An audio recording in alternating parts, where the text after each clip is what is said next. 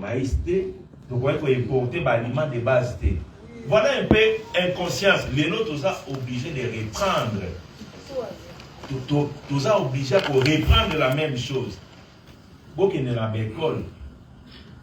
Et ça, dans l'école, nous sommes à la Kinshasa. L'intérieur, vous pouvez voir dans Internet. Bana babandi nase. Pour la l'école, et vous avez un 200 000 $. Mais vous vendez, vous avez détourné 1 million. Ça dit, moi, vous êtes capable de construire 5 écoles.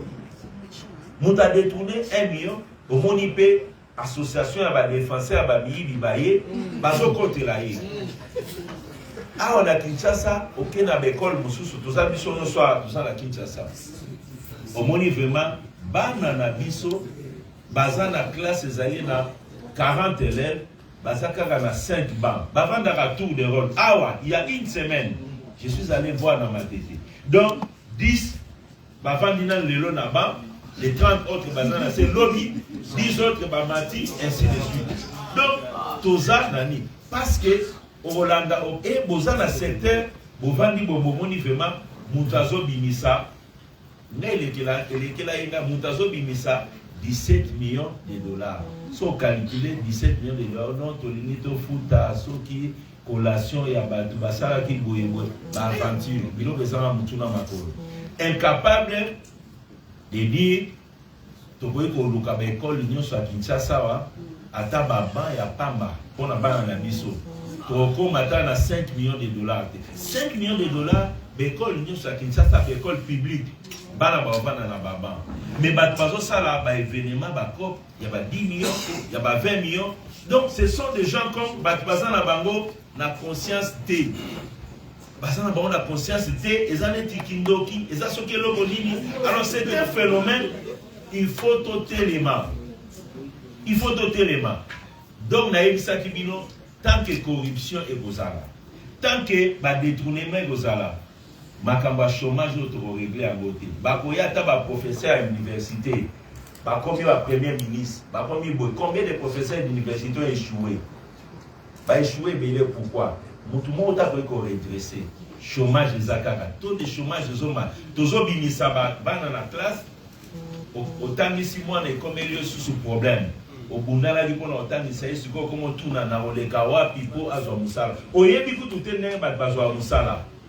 Vous appelez vous ça de Komakaka comme il faut ça na situme donc moka ezana moka ka ba coopérant pour mutazo musala comme oboye baté donc bana bazo bima bongo sikoyo bana la bango bana ba inspecteur général bana ba ministre bazana capacité parce que bazana commande à l'état bongo oyo azana ndekoti azata na directeur te na famille mukoloni na boswa musala mukoloni na kosala parce qu'il faut kaka mutu moko intervenir pour y azwa musala même oya boswa $200 $300 il faut muta intervenir tout ça na ba chômeur ebele ba misala ezate tout simplement parce que tozo comprendre que il faut to bunda to mettre de l'ordre na ba pays mususu.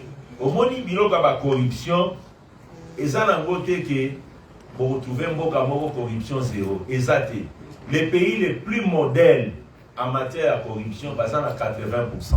Ça dit baza ba tout ça ba bimisi 10 millions ba iba 2 millions mais au moins 8 millions ba sali na musala mutuzo sabonike ba sali musala mais biso de inverse les pays les premiers pays modernes bazana 80%. Donc corruption zéro ezate parce que c'est un phénomène où ils sont liés à la nature humaine.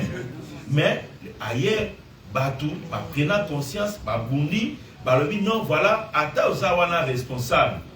Soit 80% bon à l'État, les pays les plus modernes, Batia Kambo, pour vérifier au monde que oui, 80% Sali Moussala, et tourner Ndab, et tourner école, et tourner hôpital, et Sali Boy. Yabiso, ce n'est pas ça. Yabo, ben étranger, va comprendre que Biso Tozabanyama. Chinois. Tout o bazali capable ya côté mboka na bango likolo ya mbongo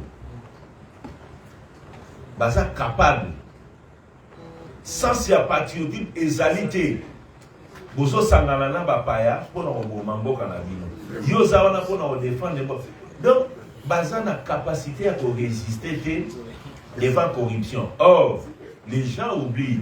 La corruption, c'est un enrichissement à court terme et c'est une malédiction à long terme.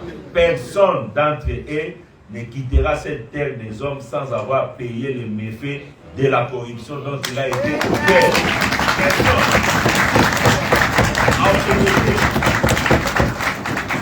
L'argent public au Bango Bazouaka, moi je dis, Bazoua, ça va produire année. Il y a au monde, ça va produire les AVC, ça va produire les restes, ça va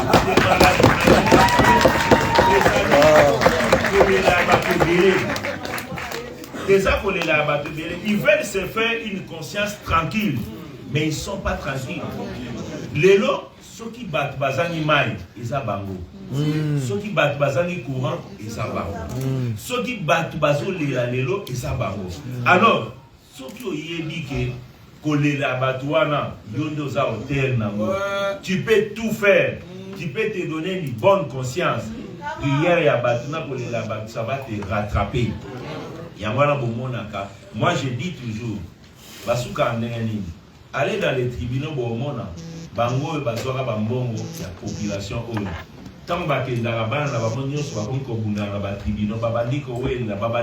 Et finalement, il n'y a rien qui reste après eux. À quoi ça sert? Travaillons pour la mboka. Parce que les alliés insécurité. L'invitation pour la yomoko, otondi la biloko nyoso, na milliers à batu nyoso baza okele là. Na invitation qui conscience na yo eza tranquille. Au monde attaque insécurité que ngai moko ne la zolia batu nyoso o baza tout autour nanga batu bazolia te. Ovani la ope kimia, ozana ope tranquille. C'est ça au fait. Batu mitema ici échangeable. Alors, il faut tout élément, tout repousser bango. Yangoana, biso to qui stratégie que batu o nyonso bakozala impliqué na makamba ko yiba mbongo ya l'État, to ke na bango na CCT o non était ata justice aza ko traîner biso il faut to informer population to be monia muibi munene. Moni mutala di cravate na muibi munene. C'est ça ce que nous devons faire parce que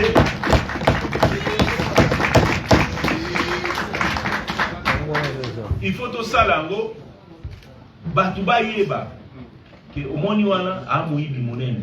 Tant to bandi awa ba bandi ko ba non vous parlez beaucoup.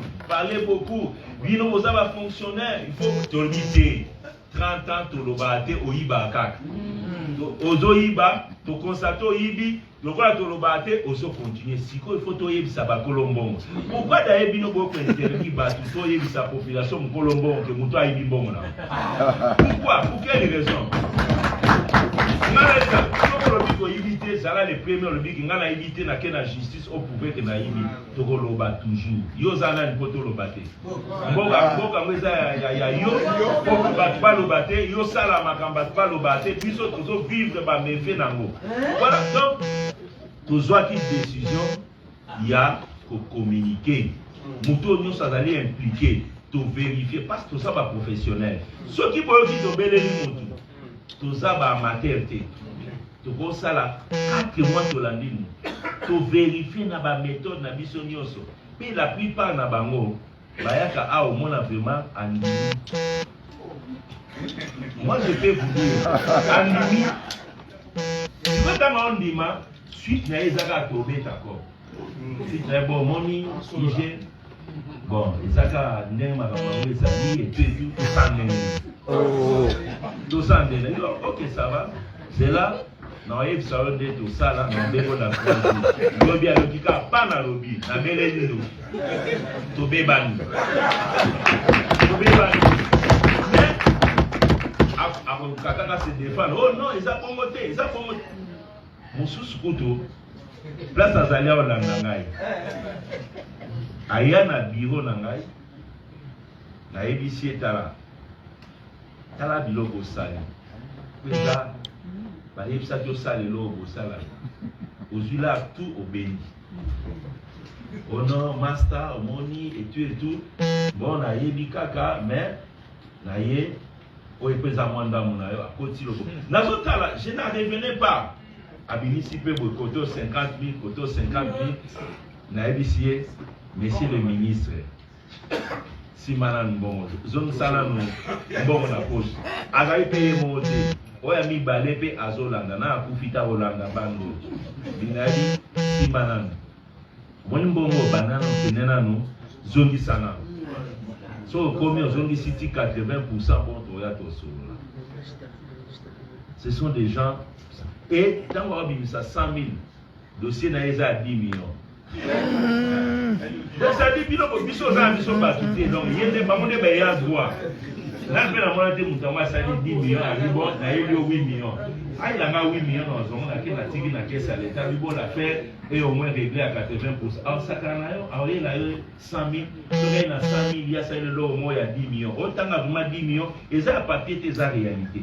Donc voilà comportement à base. Alors biso toujours qui stratégie pour communiquer à copier la bango. Soy boyo qui te lobi mutayibi ayibi ya solo. Toko sakate ayibi. Pour ceux qui tozali kokosa. Toko umela awati. Parce que quand attacher réputation à mon o ayibité. To belelier public Congo mbaba yoki. Tina libanda bayoki. Poto sala yango poto za na ba assurance moto yo ayibi mbongo pe to benge to soli na ye omona bandima ebeli bayaka bandima oli siko espoir na bango to régler problème oyo ndemeni yo bino bozwa nini biso to sali mais to sali marambwana depuis toujours yo ozwa nini ngana ozwa nini yo ozwa nini ngana ozwa nini mboke bongana nango te to kompe na suka to tika ka bana na biso na environnement oyo environnement où tout ça nango bana ba éviter misale zandenge nini mboka to éviter batu su bazana mboko ala muki na tongo a éviter akolia nini na éviter so to kanisaka que zana bande kona biso bala muka na tongo ba vivaka au jour le jour ala muki na tongo atie mabolongo na se abandi ko sambela nzambe pesanga opportunité na zwata eloko akolia na mokola lelo à côté awana Buntu muso azana ba compte na ye azana 20 millions 30 millions na kati ya compte à côté na ye mutu moko ayibite bana na ye ba kolia nini journée wana ça on est dans quel environnement?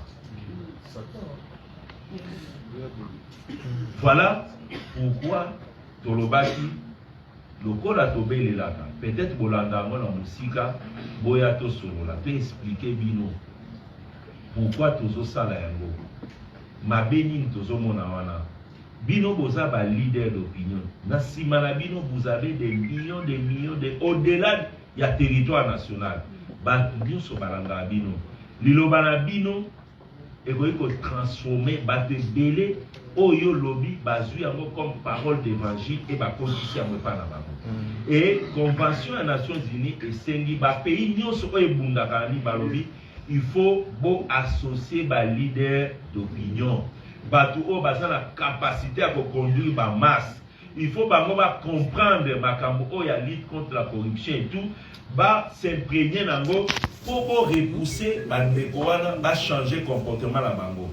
Pour ça la biso ezali ba changer comportement. Ceux to bele na bango, ceux to malmené na bango eza parce que tant on malmené oyo kuna linga sala amoni déjà neto mema oyo abandi ko so ba précaution lo bité na diminuer vitesse na ke malé de passer la moni pression ba bi ko makasi donc il faut tout ça la yango ningo wana po bato wana nyoso ba petit à petit ba libérer les moyens publics tout soit ba route tout soit ba école tout soit ba hôpitaux tout soit oyo ekoki ko améliorer un boka lokola Congo tout ça incapable ya ko sala autoroute et outu na Lubumbashi eleki na Kalemi et mati na Maniema et komi na Sud Kivu na Goma eleki na Ituri et kiti pa Kisangani et ye pa Mbandaka Bandundu et na Kinshasa toza incapable ya kosala yango mais soko tali misola l'état o ebima pona ba route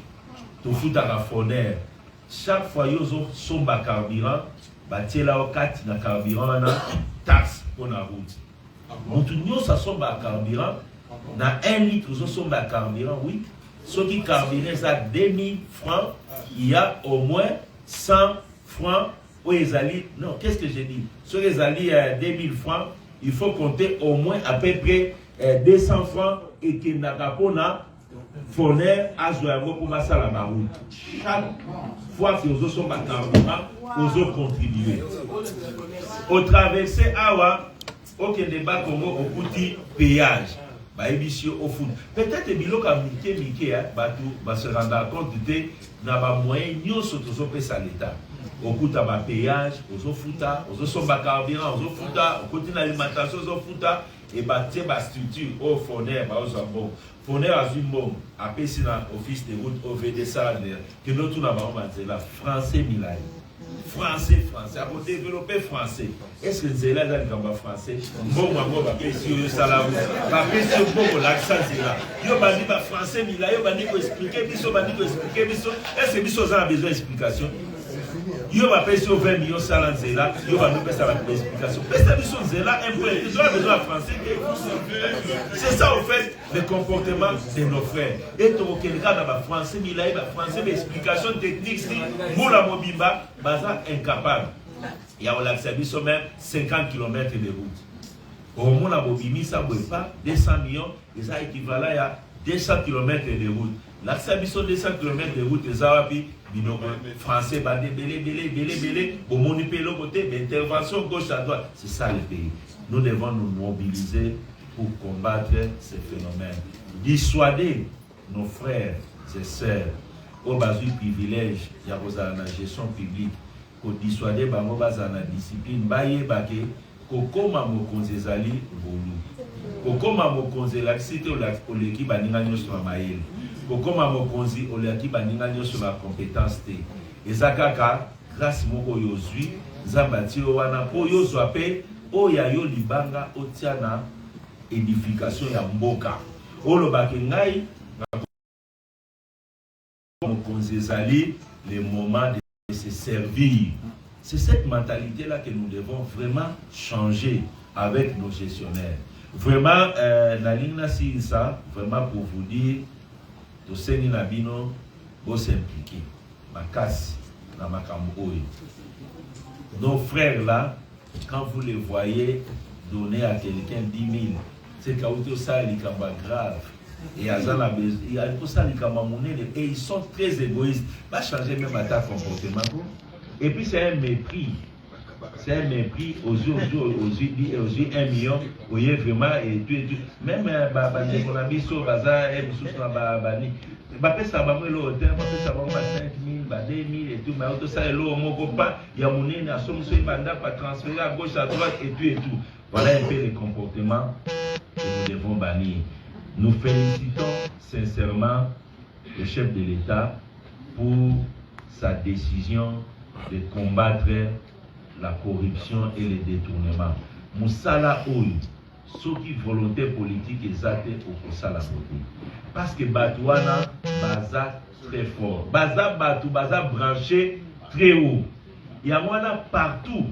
Oyo lutte contre la corruption, les détournements et Machaka. Il faut tout d'abord, au sommet de l'État, qu'il y ait une volonté pour combattre corruption et détournement. Ceux qui volonté en égalité, beaucoup sala et l'eau comme côté au bandelo comme pas pour défiler balobi tika tiki ngo bandaboye intervention et à gauche à droite tika ou tiki. Donc je voudrais dire vraiment un grand merci au chef de l'État parce que depuis qu'il a décidé de déclencher guerre Oyo, il continue à soutenir le travail que nous sommes en train de faire. Les lots, nous sommes capables d'interpeller en matière de gestion. Yamboka, nous interpellons tout le monde, sans exception. Tout le monde. Aux yeux de l'État, tu peux interpeller. Biso, aux yeux engagement, pour accompagner Bino. L'Ingaïna Senga solennellement. Bino, vous avez leader d'opinion. Vous avez les grands dans ces pays. Vous s'approprier dans le combat. Vous savez que l'Okomoko est tika la mémoire à Congolais. Et bien, la bino a bayebaki sur le franc congolais. Ba Congolais batika la nango. Bozwa likambo za likamba développement. Boté ya bango. Bogo ko sala œuvre moko. Et l'Okomoko tous ensemble.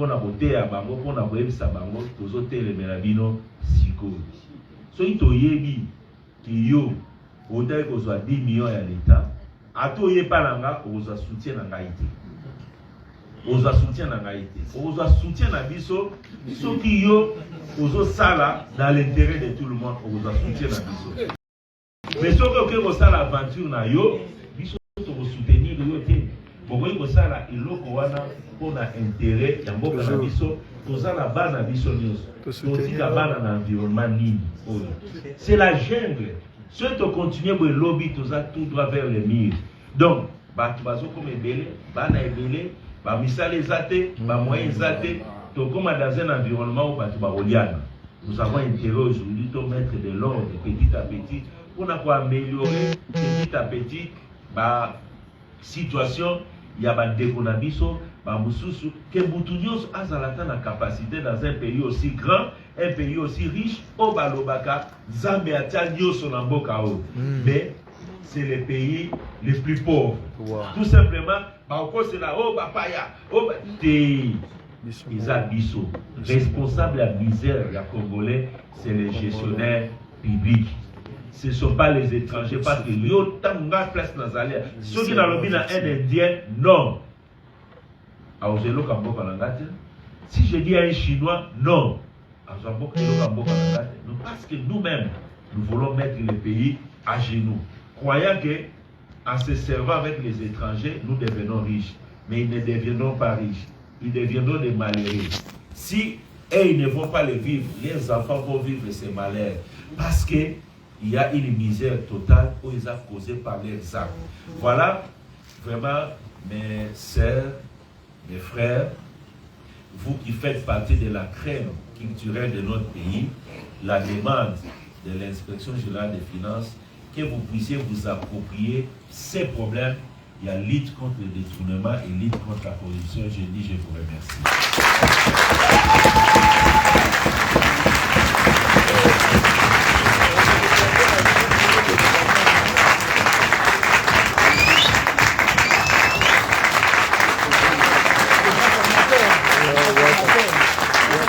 Le contrôle.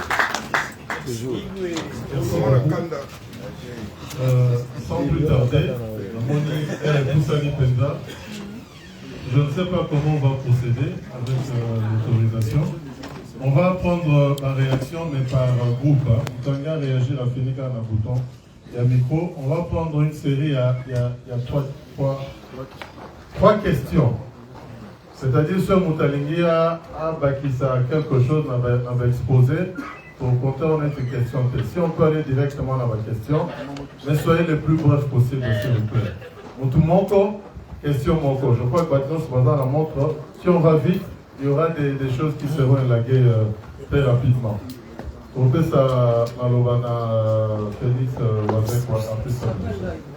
après, Maman Chalamona, Nassimanango, Senado. Oui. Merci Mingi. Vraiment, chef de service, Gilles Alinguet. Vraiment, c'est une bonne invitation là. Oui, c'est bon. Oui, merci Mingi. De mon abisso, Gilles Alinguet, pour l'invitation là. Vraiment, tu es très content. Quelque part, on peut se valeur. On a vu phrase moi à son dictateur de la société. Nous avons salué attention. Pour aller plus vite en besoin, on a vu la question beaucoup. On sait pas quelques phrases touchées en place, monsieur Lobi, Magou Yoana, tout diminué en Okaka. C'est-à-dire que tout le monde a besoin de tout aussi en karaté. Ça fait mal. Donc, nous avons encouragé l'action à l'IGF. Mais ce qu'on question dans les abonnés, pourquoi ne pas surveiller tant que le bateau ça la banzela et que banzela on a sur la zone monanate? Pourquoi ne pas les surveiller pendant que bateau ça la bloque? Quand il faut tout regarder dans la soupe pour constater. Est-ce que surveillance IGF c'est pour ça la matin pendant que à quoi qui c'est le IGF déjà? À quoi qui m'a banque tu contrôles de ma banque.